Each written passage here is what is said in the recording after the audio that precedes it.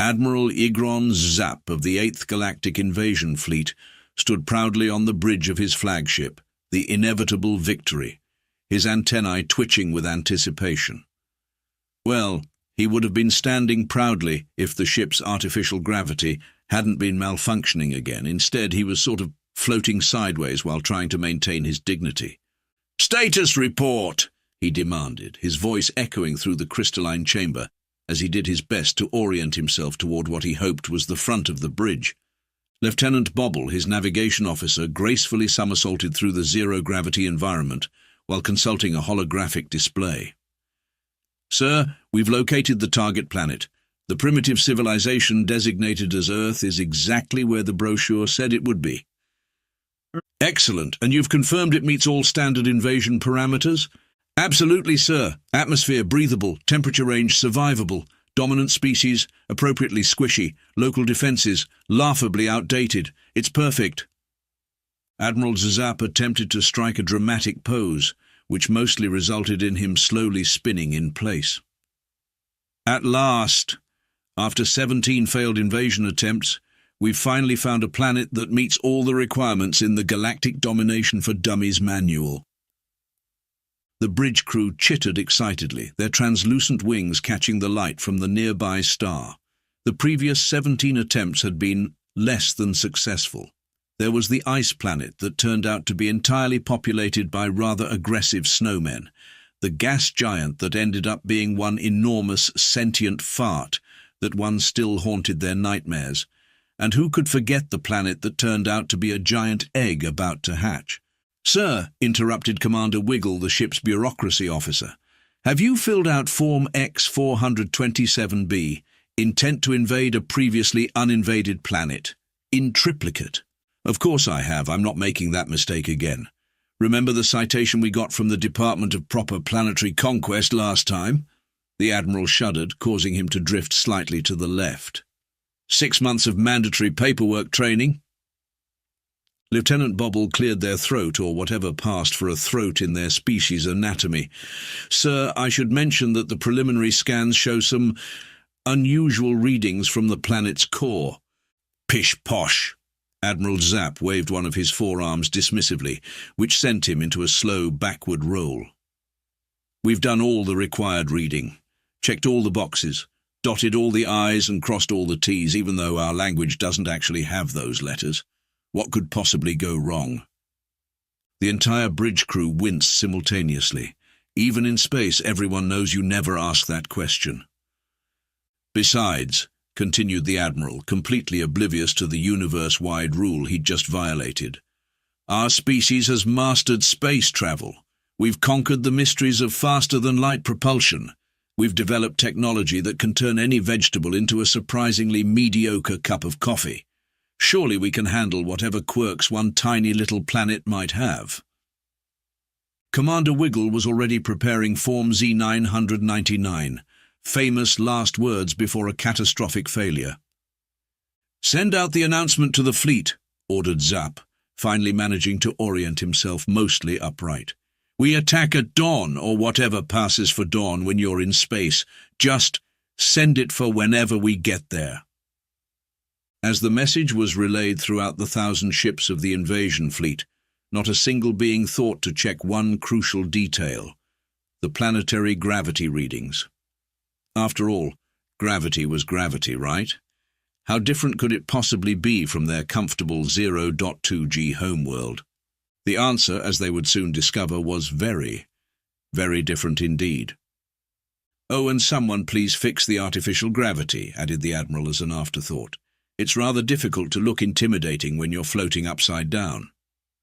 Little did Admiral Zapp know, but his problems with gravity were about to become much, much worse.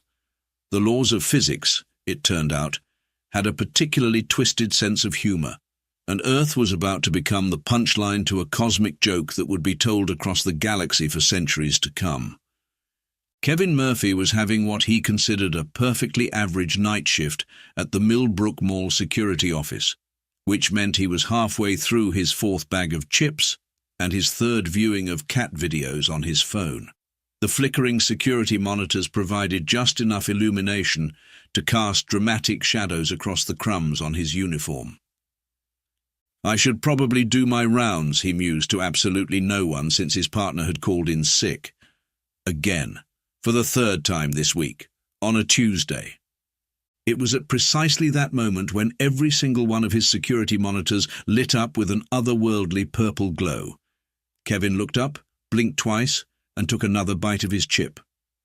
"Ha," he said eloquently. Above them all, and indeed above every major landmark on Earth, massive crystalline ships were appearing. They looked like someone had taken a chandelier, gave it engines, and then let a 5-year-old bedazzle it with cosmic glitter. Kevin checked his phone. No alerts, no emergency broadcasts, no panicked social media posts. He was literally watching an alien invasion unfold on his security cameras, and he appeared to be the only person awake enough to notice. Meanwhile, in the lead ship, Admiral Zapp was preparing for his moment of triumph.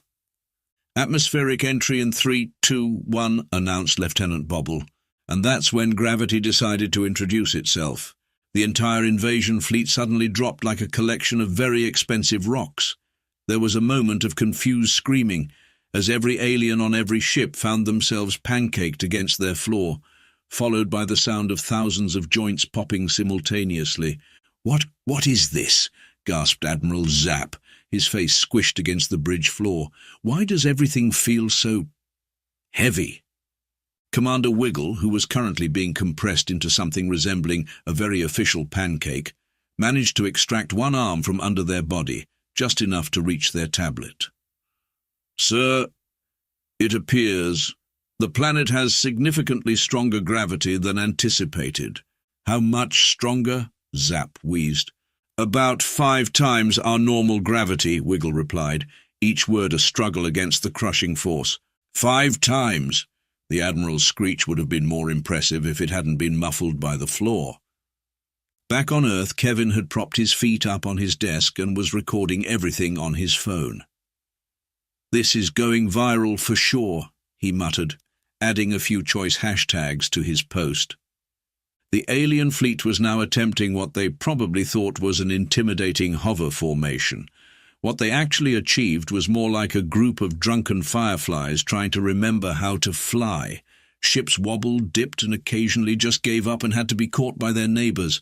Lieutenant Bobble, who had managed to activate their emergency hover harness, was floating slightly above the floor, while everyone else remained firmly pancaked. "Sir, our engines are straining just to maintain position. We didn't calculate for this level of gravitational pull." "We'll calculate for it now," Zapp commanded, his voice still somewhat muffled. "That's not really how physics works, sir." "I don't care. I'm not having my glorious invasion ruined by something as trivial as fundamental forces of nature," suggested Bobble. "Exactly. Now someone activate the emergency gravity compensators." There was a brief moment of hope as the compensators hummed to life. Then they made a sound that could only be described as and died completely, leaving everyone even more firmly acquainted with the floor than before. Kevin, who had now acquired popcorn from somewhere, was providing running commentary on his live stream. "Okay, folks, it looks like our alien visitors are having some technical difficulties. And by technical difficulties I mean they appear to be cosplaying as carpets. Stay tuned." Commander Wiggle, ever the professional, was attempting to fill out Form Q8, 131, unexpected gravitational complications during invasion, but kept having to pause because their pencil was too heavy to lift.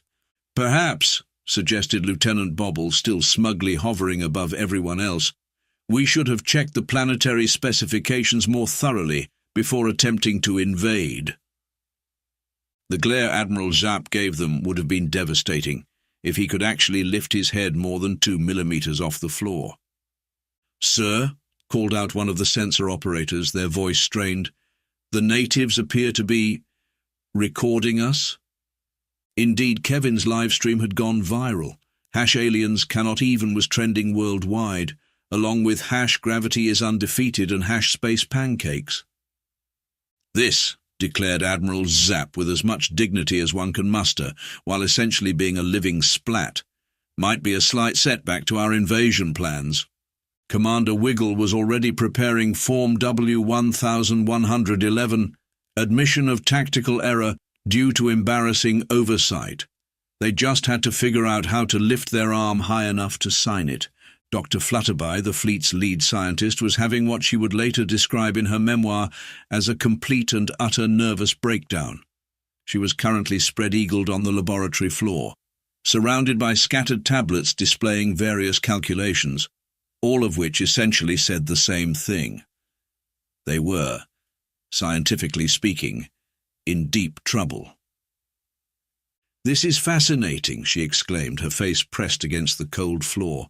"And terrible, but mostly fascinating. Do you realize what this means? That we're all going to die squished?" suggested her assistant, who had managed to wedge himself into a corner where the wall met the floor, creating a slightly less crushing angle. "No, well, yes, possibly, but that's not the exciting part." Dr. Flutterby attempted to gesture enthusiastically, which mostly resulted in her fingers twitching slightly. "We've discovered that gravity isn't universal. This changes everything we thought we knew about planetary formation and, oh, hold that thought, I need to throw up." Meanwhile, outside the ships, things were going from bad to worse. Several of the smaller scout vessels had attempted to land, apparently forgetting that their landing gear was designed for their homeworld's gentle gravity. The results were predictable. Kevin, who had now acquired a lawn chair from the mall's garden centre and set it up in the parking lot, provided commentary for his ever-growing audience of live-stream viewers. "Ladies and gentlemen, what you're witnessing here is what I can only describe as the galaxy's most expensive game of pancake making," he narrated, adjusting his phone for a better angle. "And folks, these pancakes are extra flat." The scout ships had indeed become one with the parking lot, spreading out in almost perfect circles of crystalline debris. Their crews, protected by emergency force fields but still subjected to Earth's gravity, were crawling out of the wreckage like extremely embarrassed slugs. Back on the flagship, Admiral Zapp was holding an emergency meeting, or rather, everyone was lying on the floor of the conference room, pretending they were meant to be that way. "Status report," he commanded, his face still firmly planted downward. "Sir," Lieutenant Bobble began, having finally run out of power in their hover harness and joined everyone else on the floor, "I have good news and bad news." "Give me the good news first." "The good news is we've successfully made first contact with a native." "And the bad news?" "He's eating popcorn and narrating our failure to something called TikTok." Dr. Flutterby, who had been dragged to the meeting by her assistant, literally they had to drag her across the floor, spoke up. "I think I might have a solution. We just need to modify our artificial gravity systems to—" She was interrupted by a loud crash as another scout ship attempted to land, creating yet another parking lot pancake. "Okay, maybe we should solve the landing issue first," she amended. Kevin's live stream had now reached international news status. CNN was running the headline, "Alien Invasion or Performance Art." Local security guards' commentary goes viral. Fox News had somehow blamed the entire situation on millennials. "Update for my viewers," Kevin announced. "The aliens appear to be attempting something new. They're trying to land the ships vertically this time. Let's see how that works out for them." It did not, in fact, work out well. The ships now created perfect circular holes in the parking lot instead of pancakes, like extremely expensive lawn darts. Dr. Flutterby was scribbling calculations on the floor with her nose, as her arms were still too heavy to lift properly. "If we account for the gravitational differential and carry the two—" "Oh no." "What now?" groaned Admiral Zapp. "According to my calculations, even if we managed to land successfully, our troops wouldn't be able to walk, much less fight. We'd be the least threatening invasion force in galactic history." Commander Wiggle, ever helpful, was already preparing Form L042. Recognition of complete military inadequacy due to basic physics. One of the communication officers managed to lift their head slightly. "Sir, we're receiving transmission from the native observer." Kevin's face appeared on the main screen, still munching popcorn. Hey there. Just wondering if you folks need any help. I've got some gravity-related suggestions that might save you some ships. First tip, trying to land might not be your best move right now. Admiral Zap would have face-palmed if he could lift his arms. Instead, he just sighed heavily into the floor. This might be the most embarrassing moment in our species' history. Oh, don't worry about that, Kevin replied cheerfully. I'm sure something even more embarrassing will happen in the next 5 minutes. Speaking of which, you might want to tell that ship on the left to watch out for the mole's flagpole. Another crash echoed through the night, followed by the distinct sound of a flagpole slowly tipping over. Called it, Kevin announced to his viewers, who now numbered in the millions. Dr. Flutterby had moved on to doing calculations with her feet, as they were currently the only part of her body she could lift more than a centimetre. I think I might have an idea for a gravity-resistant suit design, though we might have to sacrifice dignity for functionality. Admiral Zap weighed his options, which wasn't difficult since everything was being weighed rather heavily at the moment. At this point, dignity is a luxury we can't afford. Proceed with the suit design. As the night wore on, Earth's first alien invasion continued to be thwarted, not by military might or superior technology, but by the simple, immutable fact that what goes up must come down. Hard. Dr. Flutterby's gravity suit prototype was, to put it kindly, a unique interpretation of functional fashion. To put it less kindly, it looked like someone had crossed a marshmallow with a pogo stick and then added springs everywhere. I present to you, she announced proudly from within her prototype suit, bouncing slightly with each word, the G-Force Begone Mark I. Admiral Zap, still thoroughly acquainted with the floor, managed to turn his head just enough to observe the spectacle. It's certainly something. The suit consisted of a puffy, air-filled outer layer that made the wearer look like they'd been inflated, supported by a complex system of mechanical springs and counterweights. The overall effect was that of a walking mattress having an identity crisis. The padding provides cushioning against the increased gravity, Dr. Flutterby explained, demonstrating by taking a few bouncy steps, and the springs help compensate for the extra force, though there is one small side effect. Every step she took was accompanied by a sound that could only be described as boing, boing, boing, boing. Dignified it is not, Commander Wiggle observed, already preparing Form S-789, request for exemption from professional appearance standards due to gravitational emergency. Down on Earth, Kevin had acquired a barbecue grill from somewhere. The mall's home goods department was proving surprisingly useful, and was cooking hamburgers while continuing his commentary. Ladies and gentlemen, it appears our extraterrestrial visitors are attempting a new strategy, he announced to his now global audience. They appear to be, well, I'm not entirely sure what they're doing, but it looks like they're turning themselves into bouncy castles. The first wave of suited aliens was attempting to exit their ships, the key word being attempting. What was probably meant to be an intimidating military march instead looked like a parade of defective space hoppers. Boing, boing, squeak, boing. This is not, Admiral Zap declared from within his own suit, how I imagined our glorious invasion would look. Lieutenant Bobble, whose suit had a slight manufacturing defect, was bouncing slightly higher than everyone else and spinning uncontrollably. At least we can move now, sir, sort of, in a generally upward direction, sometimes sideways. The alien troops were slowly making their way across the parking lot, looking less like an invasion force and more like a rejected circus act. Some bounced too high and had trouble coming down. Others couldn't bounce high enough and had to be helped along by their companions, creating a chain of bouncing, squeaking aliens holding hands. Kevin had set up a scoring system for style and technical merit, which he was sharing with his viewers. And that's a 7.5 for Lieutenant Spinney over there. Great height on the bounce, but the landing needs work. Oh, and a perfect 10 for the synchronized bouncing trio in the back. Dr. Flutterby, who was taking detailed notes about the suit's performance, or trying to, the bouncing made her handwriting rather difficult to read, suddenly had a revelation. Wait a minute. I think we might have accidentally invented a new sport. Commander Wiggle was already drafting Form R365, Patent Application for Unintentional Athletic Innovation.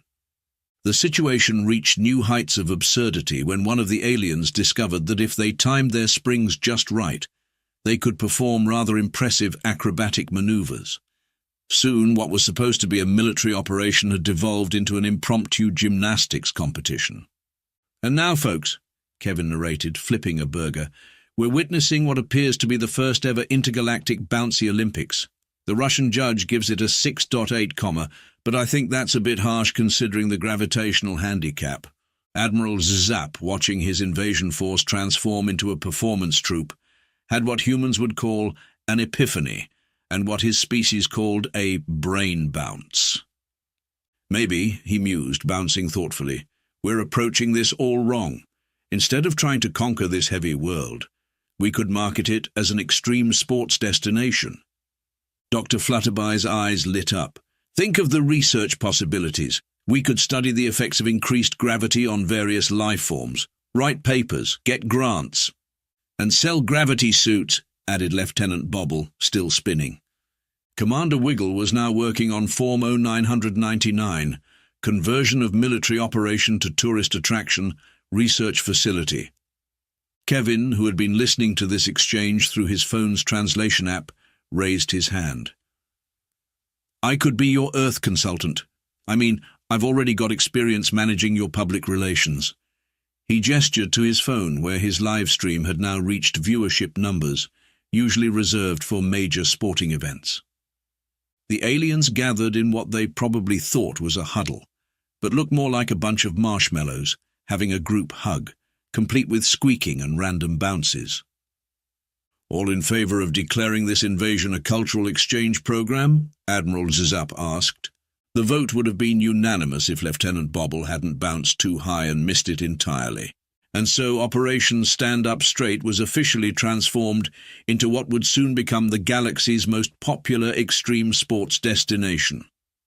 Though they did have to work on the marketing slogan, "Come to Earth where every day is leg day," needed some refinement.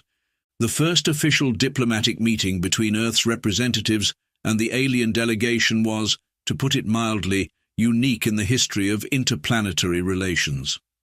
For one thing, it was being held in the Millbrook Mall food court. For another, the alien diplomats were all lying face down on the floor, as their gravity suits had run out of power halfway through the preparations. Kevin, who had somehow been appointed as Earth's unofficial first contact specialist, mainly because he was the only one with a complete record of events and a 5-star rated livestream, sat at a food court table with a collection of world leaders who looked like they weren't entirely sure if they were awake or experiencing a very strange dream. "So," the US President began, watching Admiral Zap attempt to lift his head enough to speak clearly, "let me get this straight. You came to invade us?" "Correct," mumbled Zap into the tile floor. "But you forgot to check our gravity levels." "An oversight we deeply regret," Commander Wiggle interjected, currently using their tablet as a very thin pillow. "And now you want to turn Earth into a tourist destination?" "And research center," Dr. Flutterby added enthusiastically, her voice echoing slightly as she had managed to roll onto her side and was speaking into an empty subway wrapper. The Chinese premier leaned forward. And what exactly would Earth gain from this arrangement? Kevin, who had spent the last few hours helping the aliens draft their proposal, mostly by holding their tablets where they could reach them with their noses, pulled up a holographic presentation. "Actually, they're offering quite a lot," he explained, clicking through slides that the aliens had prepared. "Advanced technology, cultural exchange, scientific knowledge, plus a percentage of the tourism revenue, which, according to their projections, should be substantial. Apparently, our crushing gravitational force is considered quite exotic." The German Chancellor raised an eyebrow. "And we should trust them because—" "Because," Admiral Zap said with as much dignity as one can muster, while using a dropped French fry as a prop to lift one's face off the floor, "we are currently demonstrating our complete inability to pose any military threat whatsoever. It's rather hard to conquer a planet when you can barely stand up on it." The Japanese Prime Minister was trying very hard not to laugh.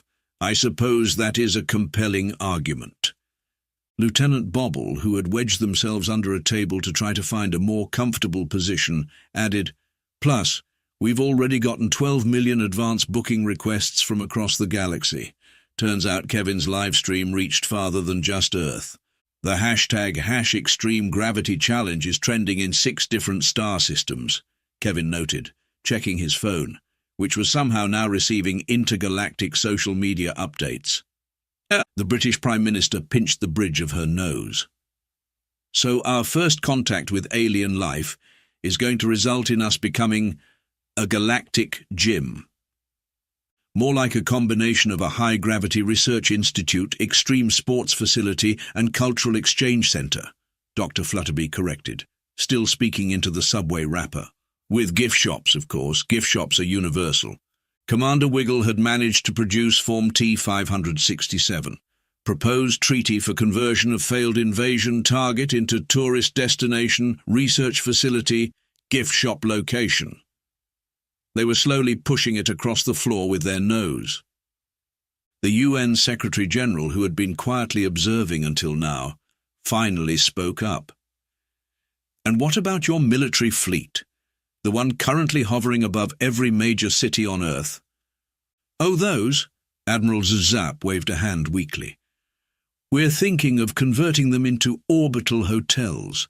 The view is quite nice, and they're already equipped with artificial gravity systems that actually work properly, unlike these suits." As if to emphasize his point, a small spring popped out of his suit with a sad boing.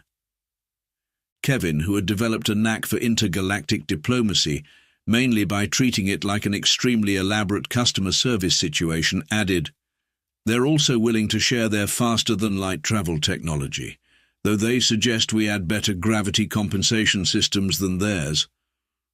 The world leaders huddled together for a discussion, occasionally glancing at the aliens who were now attempting to sign treaties with their faces. "This might be the strangest peace agreement in human history," the French president observed.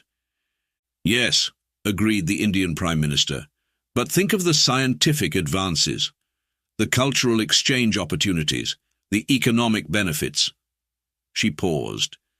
"The entertainment value alone." Indeed, several television networks were already bidding for the rights to Galaxy's most extreme gravity challenges. Finally, the world leaders reached a decision. The US President stood and addressed the assembled aliens. "We accept your proposal on one condition." "Name it," Admiral Zap said, his voice slightly muffled by the treaty he was trying to sign with his forehead. "Kevin stays on as Earth's official liaison officer." Kevin, who had been in the middle of taking a bite of his burger, nearly choked. "Wait, what?" "Well, you've done an excellent job so far," the British Prime Minister pointed out. "Your live stream prevented global panic, you've successfully mediated first contact, and you somehow managed to turn an alien invasion into a business opportunity. Plus, you're the only human they seem to trust. And," added Lieutenant Bobble, "you know where all the good Earth food is." Kevin looked at his mall security badge, then at the aliens, then at the world leaders, then back at his badge. "Do I at least get a raise?" Commander Wiggle was already preparing Form H-123. Compensation package for accidental diplomatic hero. And so, with the signing of what would become known as the Millbrook Mall Accords, signed primarily with faces and noses, Earth officially entered the galactic community, not with a bang, but with a boing.